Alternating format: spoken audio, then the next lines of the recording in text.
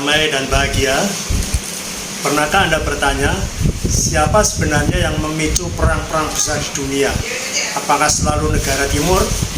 Atau justru mereka yang setiap hari mengklaim membela demokrasi, HAM, dan perdamaian? Mari kita bongkar satu persatu. 3 perang besar dunia. Perang dunia pertama, perang dunia kedua, dan kini konflik global yang bisa jadi menjadi awal dari perang dunia ketiga. Semuanya berkaitan dengan negara-negara yang kita sebut sebagai G7. Tahun 1914, perang dunia pertama meledak. Tapi perang itu bukan tentang moral, bukan tentang agama. Itu soal kolonialisme dan kerakusan industri senjata. Kemudian 20 tahun kemudian meletus pula perang dunia kedua. Pelakunya negara-negara besar Eropa, Inggris, Prancis, Jerman, Italia, ditambah Jepang dan Amerika yang akhirnya ikut. Mereka sekarang adalah G7, masuk dalam gabungan government, 7 government. Siapa yang diuntungkan? Pabrik senjata, bankir, industri minyak. Yang mati puluhan jutaan rakyat biasa, tentara muda dari desa-desa. Kita menyebutnya Great War, padahal itu perang elit. Hitler memang penjahat, tapi bagaimana dia bisa naik? Apakah Anda tahu korporasi besar Amerika dan Inggris itu mendanai industrialisasi Jerman sebelum perang? Lalu dunia hancur karena satu ide Nazi Jerman, superioritas ras Jerman yang disebut ras Arya. Tapi setelah perang, Yahudi Eropa dikorbankan 2 kali. Pertama oleh Nazi, lalu dipindahkan ke Palestina sebagai proyek geopolitik. Israel lahir dari trauma Eropa, tapi tanahnya diambil dari bangsa lain. Dan lagi-lagi siapa yang mendukung penuh? Negara-negara G7. Lagi-lagi mereka yang memicu perang juga yang menyusun ulang peta dunia seenaknya. Setelah perang dunia kedua, negara-negara G7 muncul. Amerika, Inggris, Prancis, Jerman, Jepang, Italia, dan Kanada. Mereka menguasai sistem moneter dunia, misalnya IMF, World Bank, dan perdagangan global, WTO. Narasi media dan pendidikan juga. Tapi di balik itu, mereka memicu puluhan perang di Asia, Timur Tengah, dan Afrika. Misalnya di Korea, Vietnam, Libya, Suriah, dan lain-lain. Semua dibungkus dengan narasi demokrasi dan hak asasi. Tapi motifnya tetap sama, minyak, kontrol kekuasaan, dan dominasi. Kini semua mata tertuju ke Gaza, Rafah, Ukraina, dan Iran. Israel dengan dukungan penuh Amerika telah membunuh puluhan ribu warga sipil, anak-anak, dan wanita. Dunia marah, tapi G7 diam atau bahkan mendukung. Ketika Iran membalas, justru Iran yang diserang. Ini bukan soal agama, ini soal kecanduan kekuasaan dan logika imperium. Kalau terjadi perang dunia ketiga, tidak meledak dengan deklarasi, tapi lewat normalisasi kekejaman, pembungkaman nurani, dan pergeseran batas kemanusiaan. Apa kesalahan cara berpikir negara-negara G7 itu? Mereka percaya bahwa kekuatan militer itu menciptakan damai. Mereka pakai hukum internasional hanya saat menguntungkan. Mereka percaya bahwa Tuhan ada di pihak mereka, bahkan saat membunuh. Tapi dunia bukan lagi menerima politik amoral. Bangsa-bangsa kini bangkit menyuarakan nurani. Sebab tanpa etika, kekuasaan hanya menjadi mesin pembunuh. Kita sedang menyaksikan akhir dari satu zaman dominasi Barat atas narasi kebenaran. Kini jutaan orang dari Afrika, Asia, Amerika Latin, bahkan dari Eropa dan Amerika Serikat sendiri mulai bertanya, siapa sebenarnya teroris dalam sejarah manusia? Bukan yang miskin dan marah, tapi yang kaya dan membungkam kebenaran. Perang dunia ketiga belum resmi dimulai, tapi secara spiritual, secara moral, kita sudah berada di dalamnya. Dan jika rakyat dunia tidak bangkit melawan ketidakadilan ini, maka peradaban manusia akan gugur, bukan karena bom, tapi karena mati rasa. Ingat, bukan Tuhan yang memilih membela Israel atau Iran. Tapi manusialah yang memilih siapa yang mereka anggap layak untuk hidup dan siapa yang mereka biarkan mati.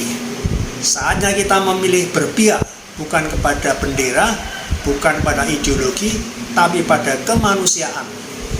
Mengapa negara-negara besar seperti Amerika dan para anggota G7 tampak membutakan mata pada penderitaan warga sipil Palestina? Mengapa mereka terus membela Israel, bahkan ketika agresi militer negeri Zionis itu menewaskan ribuan perempuan dan anak-anak? Dan kini ketika Iran membalas serangan Israel, justru Iran yang diserang oleh Amerika. Ini bukan hanya soal politik, ini soal nurani yang tumpul dan cara berpikir yang cacat. Mari kita telusuri lebih dalam. Negara-negara G7, Amerika Serikat, Kanada, Inggris, Jerman, Prancis, Italia, dan Jepang mengklaim menjunjung nilai-nilai demokrasi, HAM, dan keadilan. Namun realitasnya mereka terjebak dalam realitas politik, real politik, yakni kebijakan luar negeri yang hanya berlandaskan kepentingan kekuasaan, ekonomi, dan dominasi geopolitik.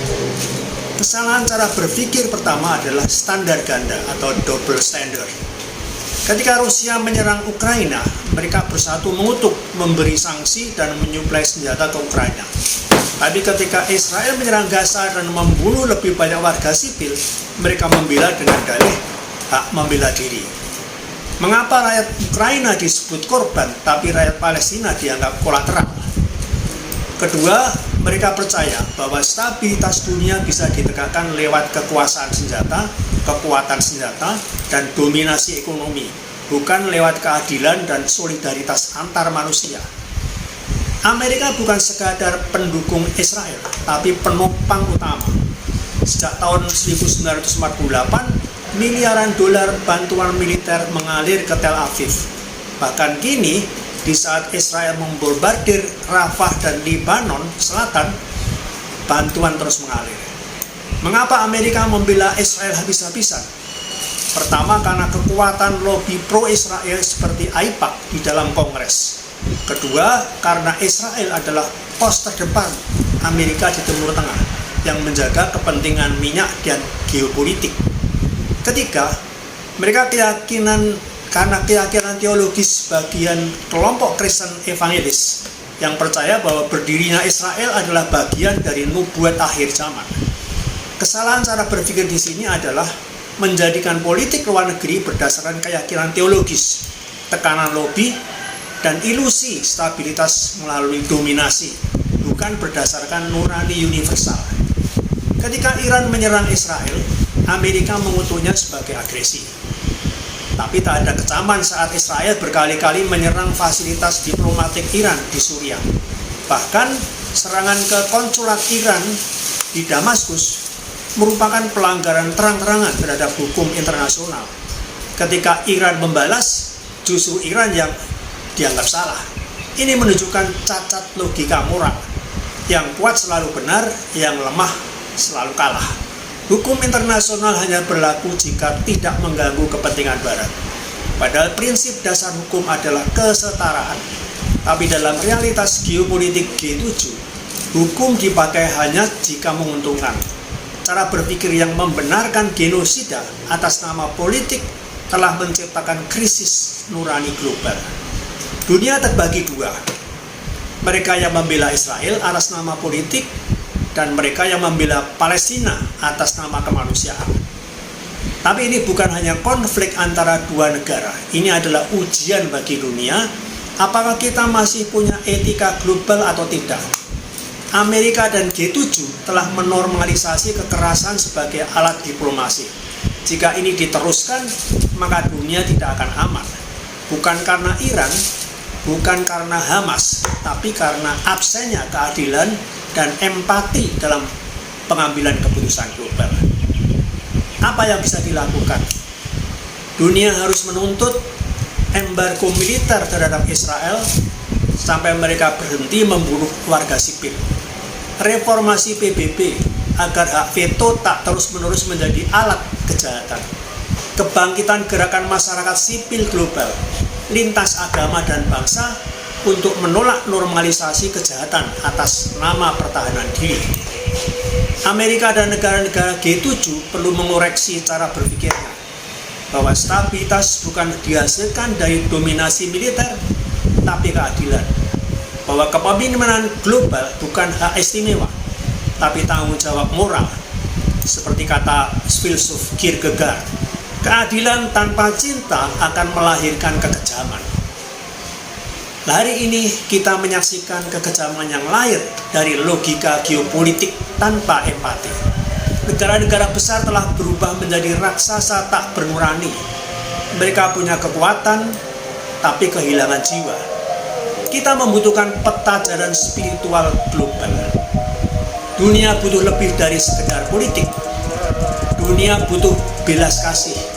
Dan saat pemimpin dunia lebih takut kehilangan kekuasaan daripada kehilangan kemanusiaan, maka saat itulah rakyat dunia harus bersatu untuk menyuarakan cinta lebih kuat dari peluru dan nurani lebih abadi dari veto.